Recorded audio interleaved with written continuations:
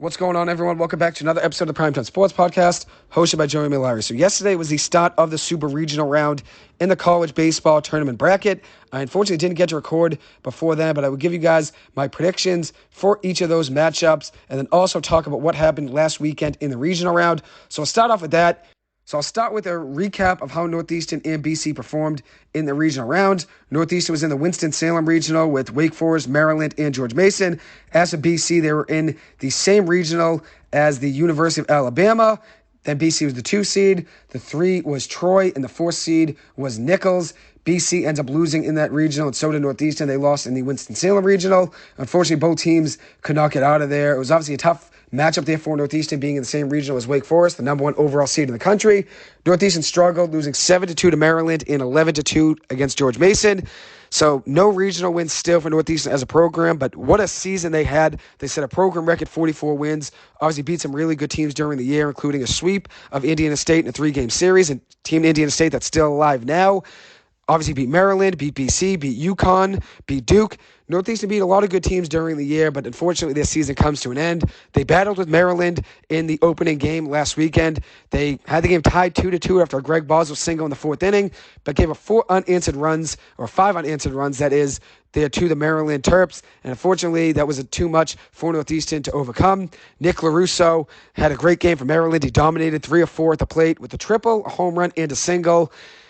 And if you look at it against George Mason, Northeastern, yet again, came back being down. They were down 1-0 in this game, tied the game 1-1 in the 3rd inning, but gave up 10 unanswered runs against George Mason. So the storyline at both games for Northeastern was being down to the game early, finding a way to tie it up, and then giving up a streak of unanswered runs and not being able to overcome that. Tough game for Northeastern against George Mason. Like I said, losing that game 11-2. Redshirt senior shortstop Spencer Smith, who was the defensive player of the year in the CAA, and rightfully so, one of the best shortstops I've ever seen in person. Great defensively, could turn a double play in a blink, makes diving plays, makes throws from the gap between shortstop and third base like it's effortless. He's a great player defensively, played very well for Northeastern in the tournament, hit a home run for the Huskies against George Mason.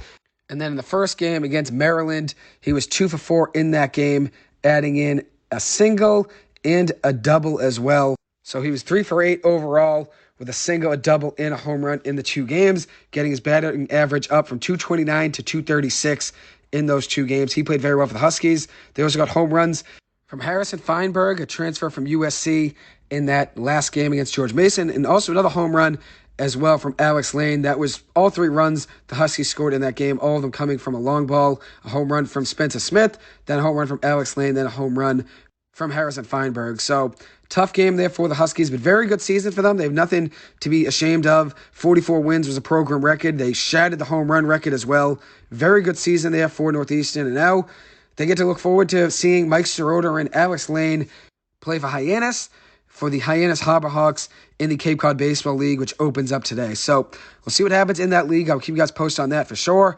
As a BC, they lost game 1 to Troy, 11-10 last Friday night. Tough game there for BC. They were down 3-0 after the top of the first inning.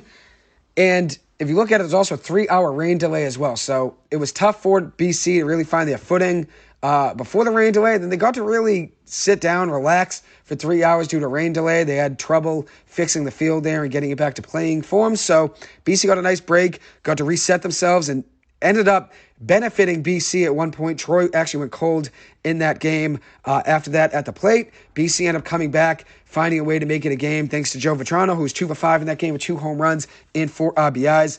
But was not enough there for BC. Losing that game 11-10 was obviously a heartbreaking loss. Then BC ended up going on to beat Nichols 14-6, getting 16 hits from the offense. They also did get 15 hits in that game, so 31 hits combined between BC and Nichols.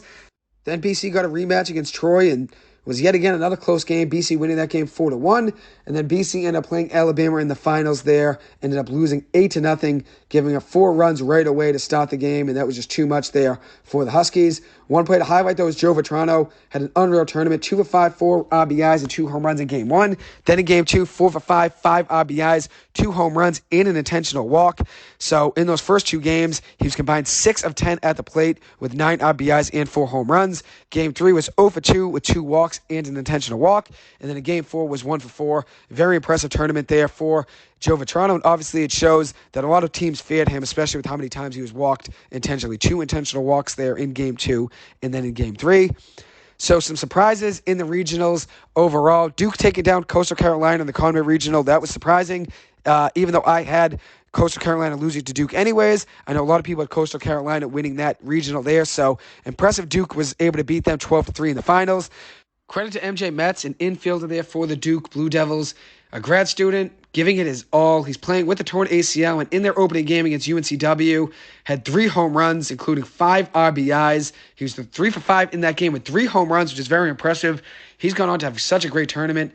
10 for 22 overall, adding in 4 home runs, which is very impressive. He's doing this with the torn ACL, obviously giving Duke his all, and that's obviously huge for a team that found a way to beat Coastal Carolina, and now they're obviously now making a run in the Super Regionals, winning yesterday. So very impressive by MJ Metz. Also, look out for their shortstop, Alex Mooney, 5'2" player that can do it all. Oregon taking down Vanderbilt. That was definitely surprising in the National Regional. Vanderbilt only beat Eastern Illinois. Very surprising seeing Vanderbilt go out that easy. Obviously, I had Vanderbilt making a run. Obviously, tough to see there in my predictions, but at the end of the day, that's the part of podcasting. Sometimes you're going to get it right. Sometimes you're going to get it wrong. That's just how sports radio and sports podcasting goes. Oregon took down Oklahoma State in the Stillwater Regional. Very surprising there that Oklahoma State didn't even win a game. Not even one game won there for Oklahoma State. Obviously, things didn't work out there for them. TCU won the Fayetteville Regional, taking down Arkansas. Arkansas only won one game. Arkansas only won one game. That's probably the most surprising thing in the entire tournament so far, that Arkansas, a lot of people had winning this tournament, or at least making it to the Final Four, couldn't even win 2 games. They only won 1 game, Arkansas. 1 win total for Arkansas, which is very surprising.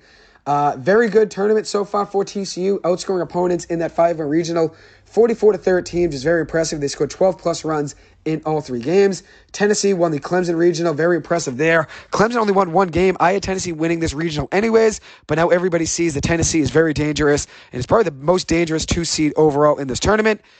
A surprising game was Penn beating Auburn in the opening game of the tournament there in the Auburn Regional. Very surprising. And then Auburn went down 7-2 to Southern Miss. Auburn not making it out of their own regional. And then Texas took down Miami in the Coral Gables Regional. Miami, yet again, another 1 seed falling early. Some non-surprises in the first round of the tournament in the regionals. Wake Forest dominated in the Winston-Salem Regional, outscoring opponents 48-7 in 2 games versus George Mason, and in 1 game versus Maryland. In those 3 games, outscoring both of those teams in those 3 matches 48-7. Obviously, now everybody sees as such a powerhouse, and I don't think anybody didn't really think they're a powerhouse. I think everybody thought they're a powerhouse. No one really questioned their ability, but now you see that this team is very capable of winning the tournament overall. LSU dominated, winning 3 of 3 games in the Baton Rouge Regional. Not really much of a surprise there. Florida lost to Texas Tech in the second game of the Gainesville Regional, and then won 3 straight games to win the regional, including 2 straight wins against Texas Tech in the finals. And then Kentucky, yet again, another non-surprise here, won the Lexington Regional, losing just 1 game to Indiana and dominating, scoring 37 runs and only giving up 13 runs there in those games in the Lexington Regional. So now I'm going to give you guys a super regional matchups. You have number 15 team in the country, South Carolina, going up against the number 2 team, Florida. Florida's now up 1-0 on South Carolina overall in the series. I have Florida winning this series in 2 games. I would have Florida winning in 2 anyways. Duke versus the number 17 in the country, Virginia. Duke got a win yesterday. Duke is now up 1-0 in the series. I would have had Duke winning the series in 3 games. I'm going to stay with that. Oral Roberts is down 1-0 in the series. They were going up against the team in Oregon. Oregon 40-20 overall on the year, 49-11 for Oral Roberts as their record. Oregon up 1-0. They were down 8-0 yesterday to Oral Roberts in the 3rd inning. Oral Roberts scored 8 runs there. We're up 8-0. And then Oregon, the Ducks, scored 9 straight runs and won the game on a walk-off. I had Oral Roberts winning this series in 3 games. I'm going to stay with that, even though things look tough there. Obviously, now the momentum has flipped. After you're up 8-0 and giving up 9 straight runs and losing a walk-off, you're probably not going to come back and respond with the win, but I'll stay with Oral Roberts winning in 3 games there. Next up is Indiana State, the number 14 team in the country, facing TCU. Indiana State 45-15 overall, TCU 40-22. TCU is up 1-0 in the series. I have TCU winning the series in 2 games. Next up, for games that start today, we have the number 16 team in the country, Alabama, who's great on the year, 43-19 overall, versus number 1 team in the country, Wake Forest, 50-10 overall. I think Wake Forest wins this series, but I think it's going to be a close one. I have Wake Forest winning in 3 games. Then you have Texas, the 41-20 team, facing the number 8 team in the country, Stanford, who's 42-17 overall on the year. I have Stanford winning this series in 3 games. Then we have the number 12 team in the country, Kentucky, facing the number 5 team in the country, LSU. LSU 46-15 overall, Kentucky 40-19. I have LSU winning the series in 2 games. I think their offense is too good, and obviously look at how they can score runs, whether it's Tommy White, whether it's Dylan Cruz. They find ways to score runs and win games. I think they win this series in 2 games. And then we have Tennessee facing off against Southern Mississippi. Tennessee 41-19 overall. Southern Miss 45-18 overall. I have Tennessee winning this series in 2 games. So for this Super Regional round, it is a best 2 of 3 series. So you have to win 2 games, and then you advance to the College World Series, where it's 2 brackets, a 4-team pod and a 4-team pod, to figure out who will go on to the finals. So we'll see what happens there. Obviously, things didn't really work out so far in my predictions. I had Vanderbilt winning the tournament overall, and obviously that has come up short, unfortunately. But I did have LSU facing off against them in the finals, and LSU is still alive. One team that I was sad about losing was NC State, a very good team. They found a way to win Game 1 against Campbell last Friday, and then things just went downhill there for NC State. But a very good team, and obviously they show they are capable of competing, but it was too much for them. Obviously, South Carolina wins that regional. NC State won that first game 5-1 against Campbell last Friday, then faced off against South Carolina, losing that game 6-3, and then lost to Campbell 11-1 in an elimination game. South Carolina ends up winning that tournament 16-7 over Campbell in the finals. So we'll see what happens in the College World Series. As of now, my predictions are who's going to go to the College World Series. I have Wake Forest and Stanford. I have LSU and Tennessee. I have TCU and Oral Roberts. I have Duke, and I have Florida. And then overall there, I'm going to go with Wake Forest versus LSU being the final game in one of the College World Series brackets. I'll have LSU winning that. And then another one, I'll have Florida going up against TCU. I'll have Florida winning that. So in my finals, it is Florida versus LSU right now, and I'll take LSU winning. So that's my updated bracket. We'll see what happens. Obviously, things didn't work out for 2 of my teams I had going all the way to the College World Series. NC State didn't work out, and obviously Vanderbilt didn't work out. I had both those teams facing off at one point in the College World Series finals in one of those 2 brackets, since it is dumb elimination once you get to the College World Series. But things didn't work out, obviously, for those teams, unfortunately. But I'll keep you guys updated on some games and how things are going. So it'll be the College World Series next Friday and Saturday, so the 16th and 17th of June. With those games being played in Omaha, Nebraska. Obviously, everybody always talks about the road to Omaha, and here we are. And so a big weekend here to determine who's going to be playing in Omaha next weekend in the College World Series. So we'll see what happens. Anyways, that is it for this episode. Thank you guys so much for taking the time to listen to this. As always, I appreciate it, and hope you guys have a great rest of your weekend. Thank you. Take it easy. Stay safe and stay well.